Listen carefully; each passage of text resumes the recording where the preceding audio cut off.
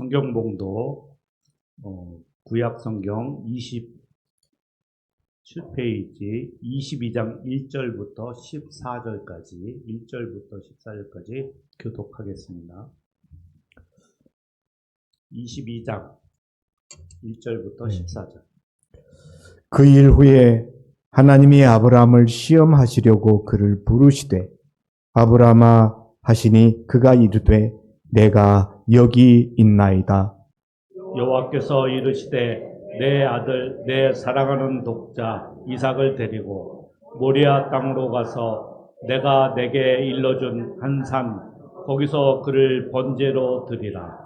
아브라함이 아침에 일찍이 일어나 나귀의 안장을 지우고 두 종과 그의 아들 이삭을 데리고 번제에 쓸 나무를 쪼개어 가지고 떠나 하나님이 자기에게 일러주신 곳으로 가더니 제3일에 아브라함이 눈을 들어 그것을 멀리 바라본지라. 이에 아브라함이 종들에게 이르되 너희는 나귀와 함께 여기서 기다리라.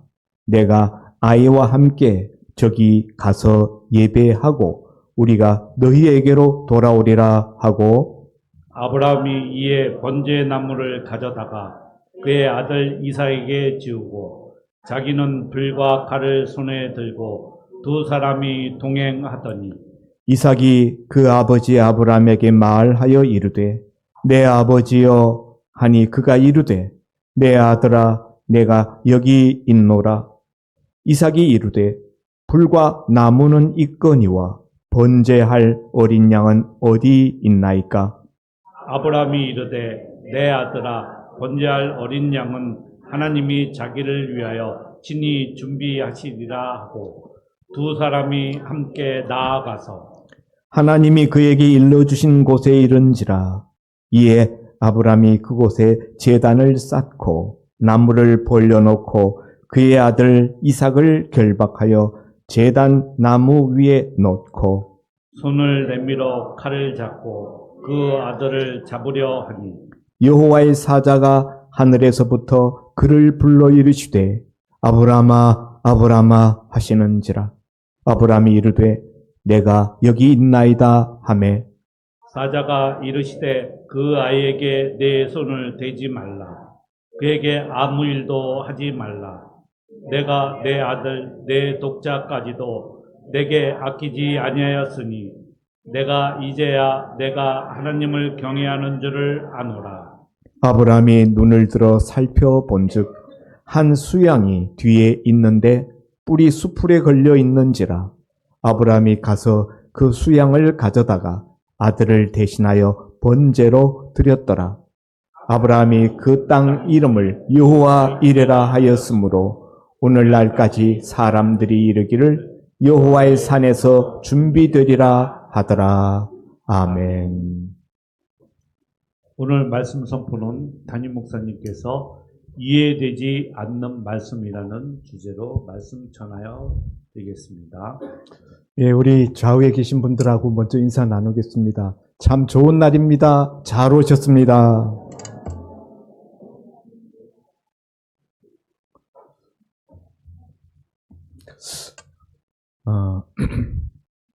성경에서 가장 많이 나오는 이름 중에 하나가 아브라함이라는 이름입니다. 아브라함은 우리들이 일컬어서 믿음의 조상이라고 부르는 이스라엘의 시조가 되는 그런 인물입니다. 오늘 본문의 이야기는 아브라함의 이야기인데요. 아브라함의 생애 노년에 되어진 이야기를 우리에게 들려주고 있습니다. 아브라함은 나이가 100세 될 때까지 자식이 없었습니다. 인생의 노년에 이르도록 자식이 없는 아브라함에게 하나님이 찾아오셔서 아브라함아, 내가 너에게 복을 주겠다. 그러면서 내가 너에게 땅도 주고 너에게 자손도 주겠다. 그러면서 내가 네게 지시할 곳으로 가라. 근데 그 지시하시는 곳이 어딘지를 하나님이 이야기하지 않습니다. 너희 본토 친척 아버지 집을 떠나서 내가 네게 지시할 곳으로 가라. 아브라함은 그 하나님의 명령을 받고 나이 75세 때에 자기가 살던 그곳을 떠나서 하나님이 지시하시는 곳으로 들어가게 됩니다. 그곳이 바로 가나안 땅이었죠. 오늘날의 팔레스틴, 이스라엘 땅입니다. 하나님은 25년이 지난 다음 그렇게 자식 주겠다고 말씀하시고 약속하시고 25년이 지날 때 그때 비로소 자식을 주십니다. 아마 그냥 복 준다고 그러면 아브라함이 안 갔을 것 같아요. 그런데 하나님이 특별히 아브라함에게 가장 지금 취약점인 자식이 없는, 후손이 없는 그 문제를 하나님이 건드리시면서 내가 그 문제를 해결해 주겠다. 고대 세계에서는요, 자손이 없다는 것은 치명적인 것이었습니다. 그런데 하나님이 아브라함에게 내가 너에게 자손을 주겠다. 아브라함은 그 하나님의 말씀을 믿고 그 말씀을 따라서 가나안 땅까지 들어왔습니다마는 그 하나님의 약속, 아들을 주겠다, 자손을 주겠다라는 약속은 참으로 오랜 세월이 지나도록 잘 이루어지지 않았습니다. 그러다가 10년이 지난 다음에 아브라함이 이 뭔가 아무래도 안 되겠어. 내 나이 벌써 85세가 되었는데 이러다가는 아주 내가 자손을 못 보겠다 생각되어져서 자기의 아내 사라의 여종 하갈의 몸을 통하여서 아들을 얻게 됩니다. 그것이 바로 이스마엘이지 않습니까? 오늘날 아람 민족의 조상입니다.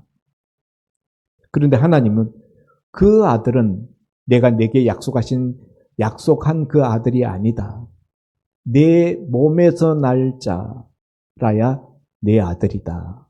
이렇게 말씀하시면서 그로부터 15년이 더 지난 아브라함이 하나님의 축복의 약속을 받고 25년이 지난 시점 아브라함의 나이 100세가 되었을 때 하나님께서 아브라함에게 아들을 주십니다. 그 아들이 바로 이삭입니다. 얼마나 귀한 아들이겠습니까? 제가 60이 넘어서 손자를 봤습니다.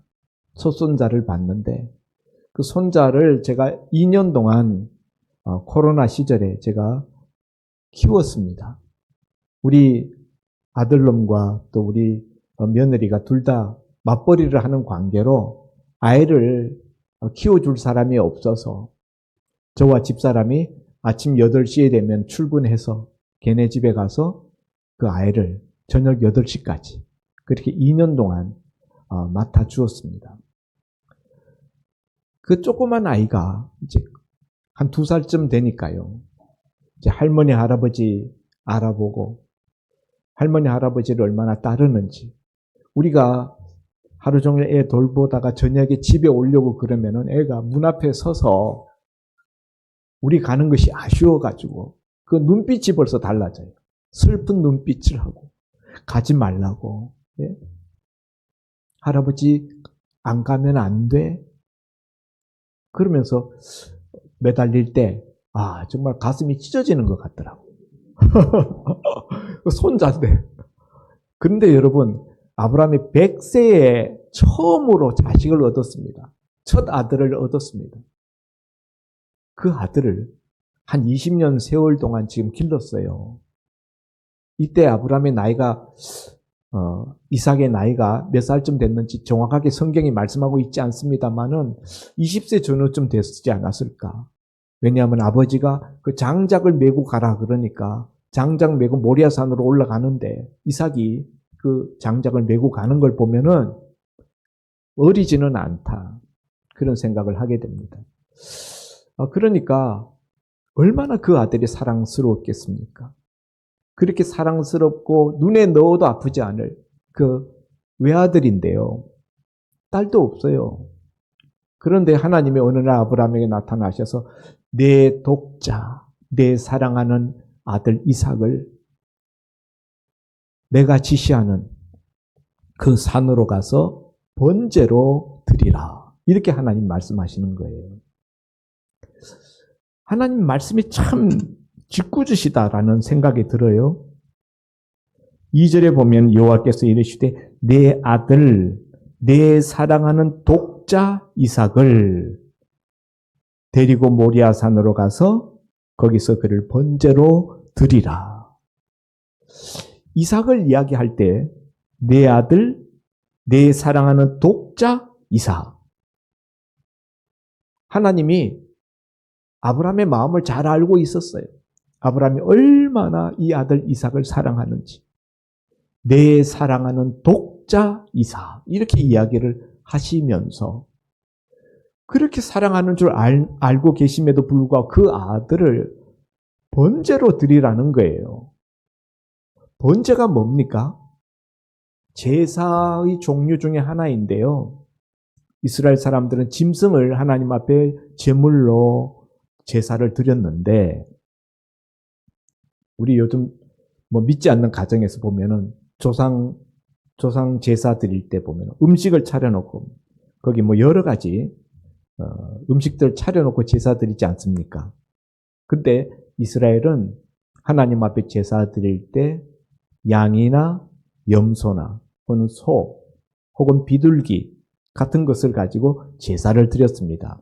그런데 그 제사 드리는 방법 중에 번제라는 제사는요, 장작더미 위에 그 제물을 올려놓고 그것을 통째로 불살라서 그 연기를 하나님께 올려드리는 제사가 번제입니다. 번제라는 이 제사는요, 송두리째 다 불살라서 바치는 제사, 그게 번제예요. 그러니까 짐승을 먼저 잡지요. 짐승을 먼저, 양 같으면은 양의 숨을 끊고 먼저 껍질을 벗기고 껍데기는 다 벗겨냅니다. 그 다음에 오물 같은 거 다 제거하고, 그리고 난 다음에 장작더미 위에 올려서 통째로 불살라는 거예요. 그래서 하나님이 그 연기를 흠양하신다, 이렇게 말씀하시는 제사가 번제입니다. 번제 제사에 올려진다는 것은 죽는다는 것을 전제하는 것이고요. 그리고 완전히 불살라서 한줌 재무독으로 변해버리는 것을 말하는 것입니다.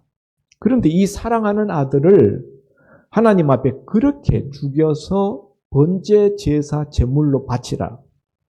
이 얼마나 기가 막힌 하나님의 요구이십니까? 그래서 오늘 설교 제목이 이해할 수 없는 하나님 말씀입니다. 우리가 성경을 읽다가 보면은 어떤 경우에는 참 이해되지 않는 경우도, 그런 말씀들이 있어요. 우리가 인생을 살면서도 우리 인생 가운데 참 이해되지 아니하는 그런 일들을 우리가 또 만나고, 그럴 때 우리가 하나님 앞에 질문합니다. 하나님, 왜 도대체 저한테 이렇게 하십니까? 저 이해할 수 없습니다. 그럴 때 우리가 아무리 이해되지 않는다 그래도 아브라함만큼 이해되지 않을 수가 있을까요? 내가 당한 사건, 내가 겪는 인생의 그 질고 어려움이 아무리 크다 해도 아브라함만큼 이해되지 않는 그런 일을 우리가 만나지는 않았을 거예요. 정말 황당무계한 하나님의 요구입니다. 자, 이게 왜 황당무계한가 하면요, 첫점, 하나님이라는 분이 이렇게 무자비하고 이렇게 비인간적이고 이렇게 잔혹한 그런 신인가 하는 것이죠. 이때까지 우리가 성경에서 쭉 읽어왔던 하나님이라는 분은 그런 분이 아니거든요. 공의롭고 그리고 인자하시고 자비가 풍성하신 하나님이신데, 그 100살에 겨우 하나 얻은 자식, 유일한 자식입니다. 그 아들, 이제 청년기를 맞이하는 그 꽃다운 피어나는 그 아름다운 생명을, 그걸 번제로 바치라? 너무나 가혹하고 이해되지 않는 그런 요구입니다. 이것은요, 이방 세계라면 이해할 수 있어요. 그 당시에 우상을 섬기는 그 팔레스틴의 여러 이민족들 가운데는 몰록 신이라는 신을 섬기는 사람들이 있었는데, 몰록 신은 사람을 제물로 받는 신이에요. 특별히 어린아이들. 그래서 자녀의 풍산을 기원하는 부모들이 첫 아이가 태어났을 때 그 아이를 자기들의 우상신 몰록 신전에 들고 가서 그 아이를 불살라서 자기 신에게 바칩니다. 그러면은 그 몰록 신이 그 부모의 희생을 보고 많은 자녀를 준다라는 그런 이제 잘못된 믿음으로 자녀를 그렇게 불살라 바치는 이방 이민족 종교가 있었어요. 근데 하나님은 인신 제사를 하나님은 엄격하게 금하셨습니다. 사람을 바치는 이런 것은 하나님의 속성에 어긋나는 것이죠. 그리고 하나님은 이미 아브라함에게 이삭을 통하여서 하나님께서 그 후손들을 복을 주겠다. 그 후손이 하늘의 모래알같이 바닷가의 모래알같이 하늘의 별과 같이 많게 하겠다라고 하나님이 이미 약속하셨어요. 그런데 하나님의 언약을 이루어야 될 그 주체인 이삭이 이렇게 희생되어져서 사라지면 이미 하나님이 이삭을 통해서 내리신 그 언약, 축복의 그 약속은 어떻게 되는 겁니까? 예? 이삭이 있어야지 그 후손도 있고 그 민족도 있는 것이죠. 유일한 아들인데. 그러니까 이게 말이 안 된다. 하나님의 속성에 비교해봐도 말이 안 되고 하나님의 언약을 이루어야 되는 아들이라는 점에 있어서도 이 주인공이 없어져 버리면 하나님의 언약도 사라지는 것인데 말이 안 된다는 것이죠. 그런데도 불구하고 하나님이 이런 무리하고 황당한 요구를 하신다. 아브라함의 입장에서 얼마나 기가 막혔을까요? 우리가 남의 이야기니까 그런가 하고 들어요.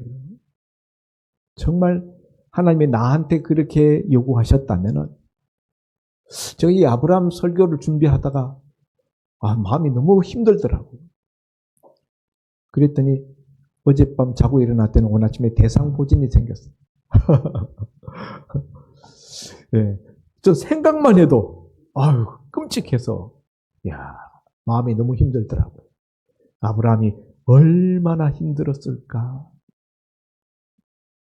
근데 여러분, 아브라함은 그 하나님의 명령을 받고 그 다음날 아침 일찍이 일어나서 그 아들을 데리고 또 사환, 종 둘을 데리고 장작을 나귀에 싣고 이 아들을 하나님 앞에 번제 제사로 드리려고 아침 일찍 출발합니다.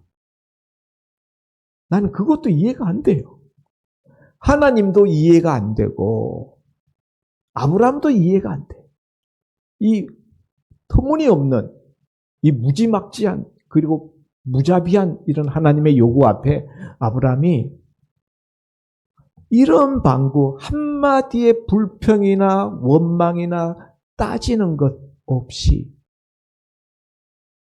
하룻밤 자고 아침에 일찍 일어나서 일찍 자기 아내한테도 말 안 하고 이삭을 깨워가지고 종들과 아침에 부지런히 떠납니다. 이런 아버지 아브라함의 이 모습도 이해가 안 돼요. 그리고 맨 마지막에 보면은 그 모리아 산에 가서 종들은 산 밑에 머물게 하고 이삭을 데리고 모리아 산으로 올라가는데 그 장작을 이때까지는 종들이 메고 왔는데 나귀에 싣고 왔는데 이제 이삭한테 이 장작을 메게 합니다. 그리고는 모리아 산 올라가서 제단을 만들고 그 위에다 장작을 놓고 이삭 보고 너 올라가라. 장작 더미 위에 올라가라. 이삭이 올라가요. 그랬더니 아버지 아브라함이 이삭을 꽁꽁 묶어서 밧줄로 묶어서 결박하고 칼로 이삭을 치려고 합니다. 그런데 이삭이 도망가지 않고 가만히 있어요. 저는 이런 이삭의 모습도 이해가 되지 않습니다. 이 이야기 속에는요, 이해되지 않는 것이 너무 많아요. 그런데 여러분, 이상한 것이 나올 때는 뭐라고 그랬죠?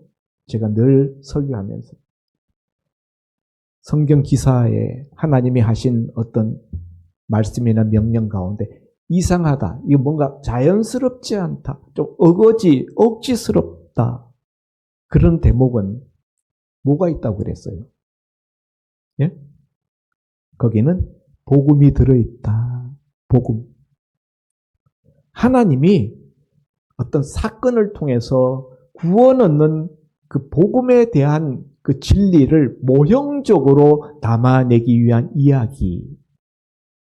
그런 사건. 그런 것들이 나타날 때는 꼭 보면은요, 약간 조금 자연스럽지가 않아요. 이상하다. 이게 뭐 말이 안 된다 싶어요. 그런데 그것을 통해서 하나님이 전하고자 하는 복음의 메시지가 거기 들어있다. 이 사건도 마찬가지예요. 장작더미를 지고 모리아산을 올라가는 아들 이삭의 모습은요. 십자가를 지고 겟세마네 동산 저기 골고다 언덕을 올라가시는 우리 주 예수님의 모습을 생각나게 합니다. 그럼에도 불구하고 이런 망국 한마디 불평이나 원망 따지는 말을 하지 않는 그 이삭의 모습 또한 도수장에 끌려가는 어린 양과 같이 잠잠한 우리 예수님의 모습 그것과 너무나 흡사하게 닮아 있습니다. 모리아산까지 사흘길을 걸어가잖아요. 그 사흘길, 죽음 같은 사흘길. 그것은 예수님이 무덤에서 사흘 동안 계시던 죽음 상태에서 계셨던 무덤 속 3일과 같은 느낌이 듭니다. 이런 것들이 예수님의 구원 사건을 모형적으로 담아내는 그런 의미로서 하나님이 우리에게 주고 계시다 하는 것입니다. 자, 그러면요. 하나님이 그냥 당장 그 자리에서 이삭을 하나님 앞에 번제 제물로 드리라. 그래도 됐을 것 같은데 굳이 사흘 길이나 걸어가서 모리아산 그것도 하나님이 지정하시는 어떤 한 장소 거기에 가서 이삭을 제물로 드리라. 왜 그렇게 합니까? 이 사흘 동안 아브라함의 입장에서 생각해 보면요. 너무 힘들었을 것 같아요. 예? 그 사흘 동안의 길 걸어가면서 이삭을 대동하고 같이 걸어가면서 또 종들과 함께 많은 대화를 나누었을 것 아닙니까? 수많은 생각을 했을 것 같아요. 하나님이 도대체 왜 이랬을까 하는 생각부터 내가 정말 제대로 들은 건가? 하나님이 내게 정말 그렇게 하라고 한 거 맞나? 뭐 그런 의심부터 하나님에 대한 근본적인 의심. 하나님이 이런 분이었나? 따지고 싶은 뭐 그런 마음도 있고 그럼에도 불구하고 한쪽에서는 오늘날까지 하나님이 너를 대접했는데 하나님이 어떻게 오늘날까지 하나님이 너에게 복을 주시고 오늘날에 너 아브라함이 있게 했는지 네가 잘 알지 않느냐. 자식이 없었던 너에게 하나님이 선물로 내 나이 100세 도저히 자식을 가질 수 없는 그 나이에 내 아내 나이 90에 이 아들 이삭을 주지 않았냐. 주신 자가 하나님이신데 하나님이 달라고 하면은 주신 자가 달라고 그러면은 그냥 드려야 되지 않겠니? 그런 생각도 한쪽에 올라오고 한쪽에는 막 부인하고 싶고 도망가고 싶은 그리고 격렬하게 저항하고 싶은 마음도 한쪽에 이 두 가지 마음이 엎치락 뒤치락 하면서 사흘 길을 그렇게 걸어갔던 거예요. 일종의 고문이에요. 고문. 예? 당장 그 다음날 아침에 이삭을 바치라 그랬으면 뭐 몇 시간 내 그냥 이렇게든 저렇게든 끝장을 봤을 터인데 사흘 동안 걸어가면서 계속 생각하게 계속 고통받게 하시는 그 사흘 길은 고문과 같은 기간이었을 것이다. 그런데 왜 그렇게 하시나? 신앙은요. 일시적인 충동이 아닙니다. 신앙은 일시적인 충동으로 결단하는 게 아니에요. 신앙이라는 것은 오랜 시간을 두고 우리의 모든 전인격적인 종합적인 판단을 가지고 하나님 앞에 승복하는 거예요. 진실한 고백을 하나님 앞에 드리는 거예요. 그런 진실한 고백이 되기 위해서는요, 숙성이 돼야 돼요. 우리가 음식이 맛있어지려면은 며칠 동안 음식을 숙성시키는 것과 같습니다. 우리 속에서 하나님이 주신 말씀을 가지고 정말 이런 생각, 저런 생각, 수많은 생각들 속에서 숙성되는 거예요. 그렇게 숙성된 가운데서 내려지는 그 고백, 그리고 결단. 그것이 바로 신앙이다 하는 겁니다. 우리가 교회에 나와서 잠시 교회 생활 반짝 하는 거, 신앙생활 하는 거 어렵지 않아요. 근데 정말 신앙의 진수는 거기에 있는 것이 아니고 평생을 하나님 앞에서 믿음의 길을 묵묵히 달려가는, 내가 이해할 수 없는 그 순간에도 여기에도 무슨 하나님의 뜻이 있으리라 생각하고 그 하나님을 의지하고 그 하나님 바라보고 달려가는, 그것이 진실한 신앙인 것입니다. 지난 세월을 돌아보십시오. 우리 교회에 지금 20년 넘게 신앙생활 하신 분들이 많이 있습니다. 우리 교회에서만. 그동안에 얼마나 많은 사람들이 왔다 갔습니까? 우리가 이곳에서도 왔다가 가신 분들이 벌써 얼마나 많이 있습니까? 한때 말씀이 너무 은혜롭습니다. 찬양이 너무 좋습니다. 그랬던 분들 지금 다 없어요. 신앙은요, 한순간에 반짝 감정이 아닙니다. 마라톤이에요. 인생이 장거리 마라톤이듯이 신앙생활도 장거리 마라톤입니다. 긴 여정을 통하여 진실된 내 마음의 고백, 그것을 드리는 것, 그게 신앙이에요. 그래서 하나님은 사흘이라는 기간을 주신 거예요. 그리고 종합적인 최종적인 고백을 어떻게 하느냐를 하나님은 보시려고 하는 것이죠. 자, 그런데 어쨌든 간에 이해되지 않는 이와 같은 무리한 요구를 하나님이 왜 하시는가?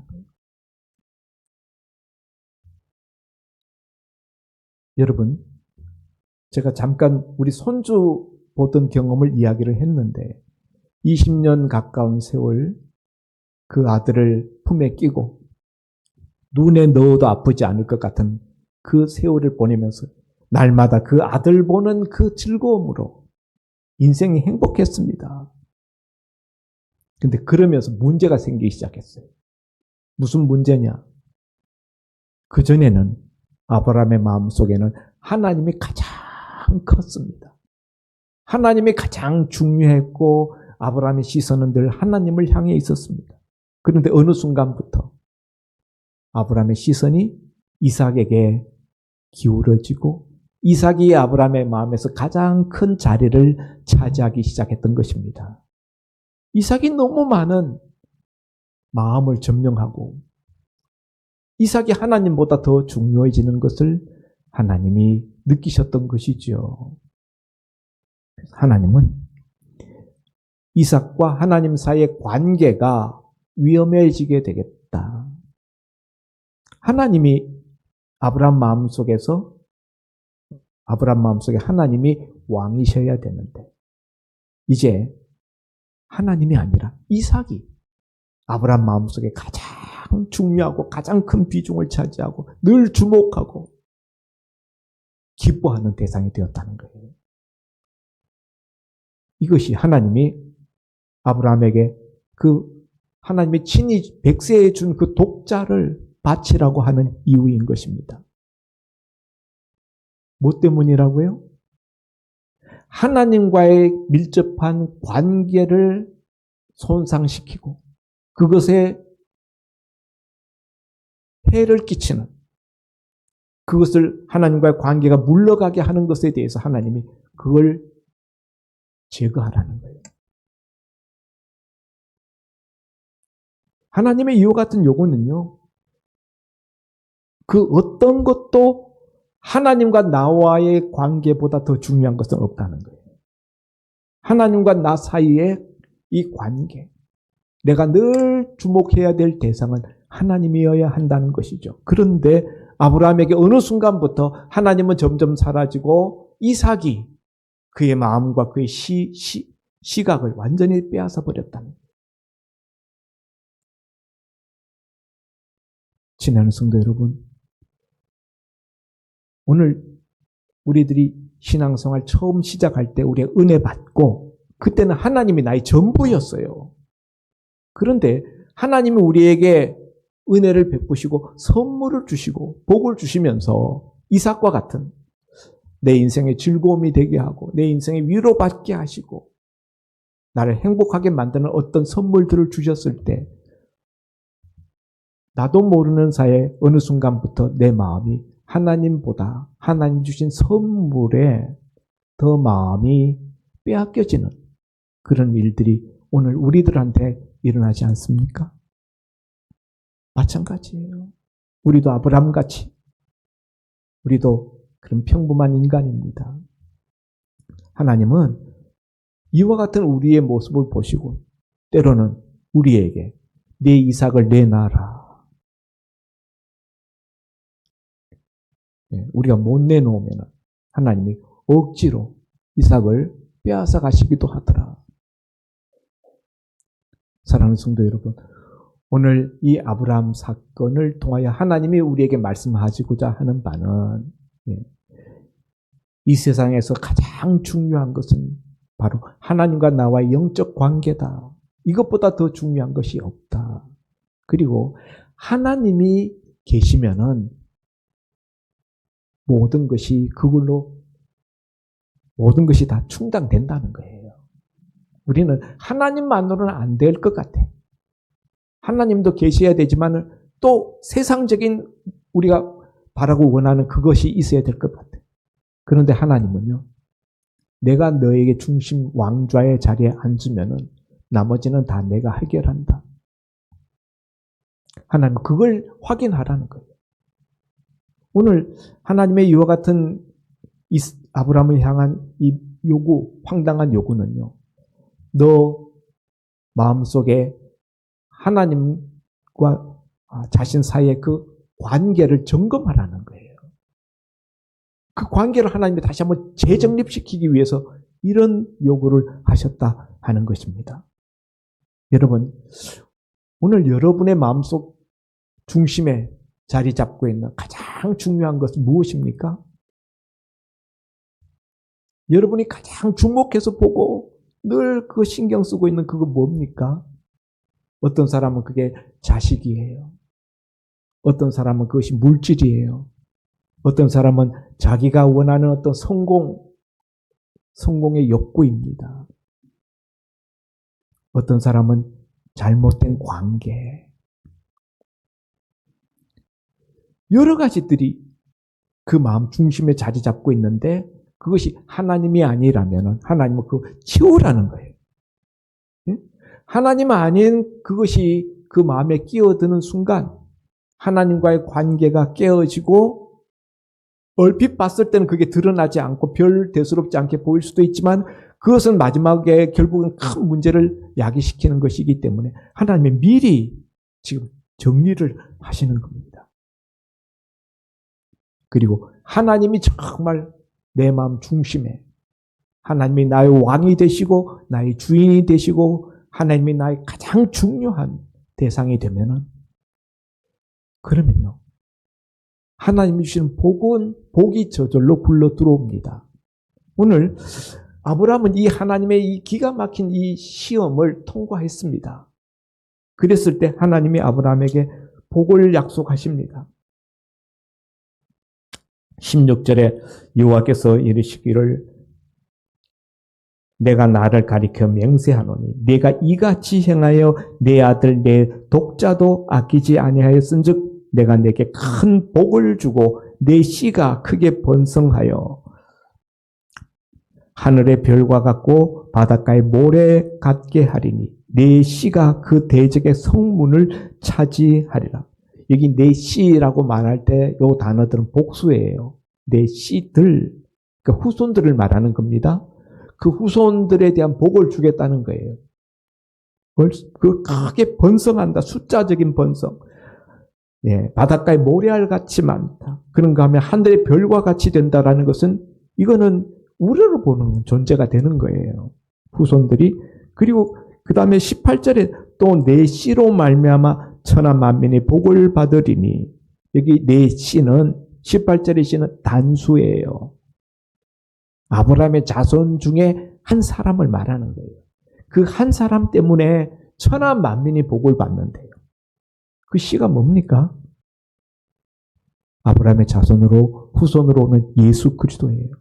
예수 그리스도 한 분으로 말미암아 천하 만민이 구원받게 되는 이 구원의 통로가 되는 이 복을 하나님이 아브라함에 주시겠다고 약속하는 거예요.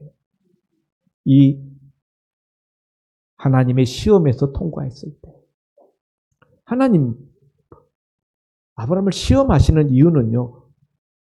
복을 주시기 전에 이 뒤에 복이 17절 이렇게 복이 나오는데요. 복 주시기 전에 복 받을 그릇이 준비시키는 거예요. 네? 복을 아무리 줘도 복 받을 그릇이 준비되지 못하면 복을 못 받아요. 하나님이 아브라함의 복 받을 그릇을 준비시키기 위한 작업이었다. 그래서 하나님이 내가 이제야 내가 하나님 경외하는 줄을 알았다. 12절 끝에 내가 이제야 하나님이 인정하시는 거예요. 응? 내가 정말 나를 경외하는구나. 내가 이제 너에게 복을 줄 수 있겠다. 사랑하는 성도 여러분, 우리도 이 하나님의 이야기를 들을 수 있기를 바랍니다. 내가 이제야 네가 나를 경외하는 줄을 알았노라. 하나님께로부터 이 인정을 받으면 그 다음 끝나는 겁니다. 하나님 주신 복이 그 다음에는 강물처럼 흘러 들어오는 것입니다. 왜냐하면 복 받을 그릇이 준비되었기 때문이에요. 성도 여러분, 때로 하나님이 우리에게 하시는 일들이 이해되지 않을 때가 있어요. 근데 여러분, 어거스틴이라는 우리 믿음의 대선배는 이런 이야기를 했습니다. 믿음은 이성을 십자가에 못 박는 것이다. 이성, 우리가 머리로, 지혜로, 합리적인 판단으로 모든 걸 생각하고 우리가 추리하고 하지 않습니까? 그런데 믿음은 이성을 십자가에 못 박는 것이다. 왜 이런 이야기를 하는가 하면요. 하나님은 우리 이성을 초월하는 존재라는 거예요. 하나님의 세계, 하나님의 하시는 일, 하나님의 뜻, 이 모든 것들은 우리 이성을 초과합니다. 초월합니다. 제가 늘 드리는 말씀, 태평양의 새우가 태평양을 이해할 수 있겠는가? 태평양 속에 살기는 하지만은 태평양을 새우가 어떻게 다 이해를 합니까? 우리 인간은요. 하나님이 지으신 이 자연세계 안에 우리가 살아가지만은 우리 하나님을 이해할 수 없어요. 우리는 태평양의 새우보다 못한 존재예요. 하나님의 세계 안에서 볼 때. 우리 이성의 한계를 초월하시는 분이십니다. 그러므로 아브라함은 이때 이런 생각을 했을 거예요. 나는 이해할 수는 없지만 하나님의 뜻이 있을 거라고 믿는다. 그리고 아들 데리고 모리아산까지 갔다고 생각합니다.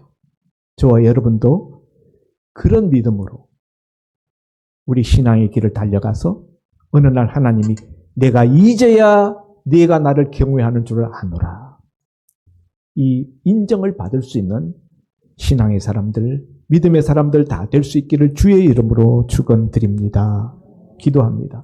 하나님 아버지, 오늘 이상한 하나님, 이해할 수 없는 하나님의 명령 우리가 생각했습니다. 아브라함은 이해할 수는 없었지만 하나님의 뜻이 있으리라 믿고 걸어갔습니다. 그리고 순종했습니다. 그리고 그 믿음이 하나님께 인정받았습니다.